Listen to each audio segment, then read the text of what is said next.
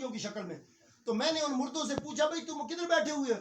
انہوں نے کہا ہم 400 سال پرانے مردے ہیں. کتنے پرانے مردے ہیں بھائی؟ 400 سال پرانے مردے ہیں. حضرت امام علی رضا فرماتے ہیں 400 سال پرانے مردے قبروں سے نکل کر باہر بیٹھے ہوئے تھے. میں نے پوچھا بھائی کیوں بیٹھے ہو؟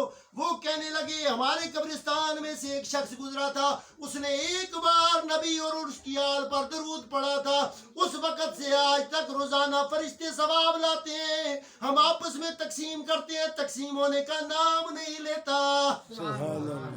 400 سال پرانا ہے مردے, اور ایک بار درود کا کتنا ثواب ہے. اور بیبیاں پردے میں بیٹھی ہیں. میری درخواست ہے, روٹی بناؤ, آٹا گوندو تو میرے نبی کا درود پڑھو, اور سبزی کاٹو تو میرے نبی کا درود پڑھو, اور اتنا درود پڑھو کہ چہرہ نور نلا نور ہو جائے.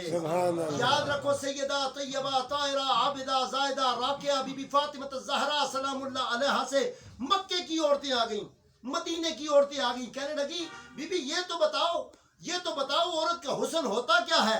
کوئی عورت کہہ رہی تھی بال حسن ہوتا ہے, کوئی کہہ رہی تھی چہرہ حسن ہوتا ہے. پر سیدہ زہرا کہنے لگیں آؤ عورتوں میں بتاتی ہوں عورتوں کا حسن کیا ہوتا ہے. بی بی پاک فرمانے لگی عورت جتنی پردوں میں ہوگی اتنی حسن والی ہوگی.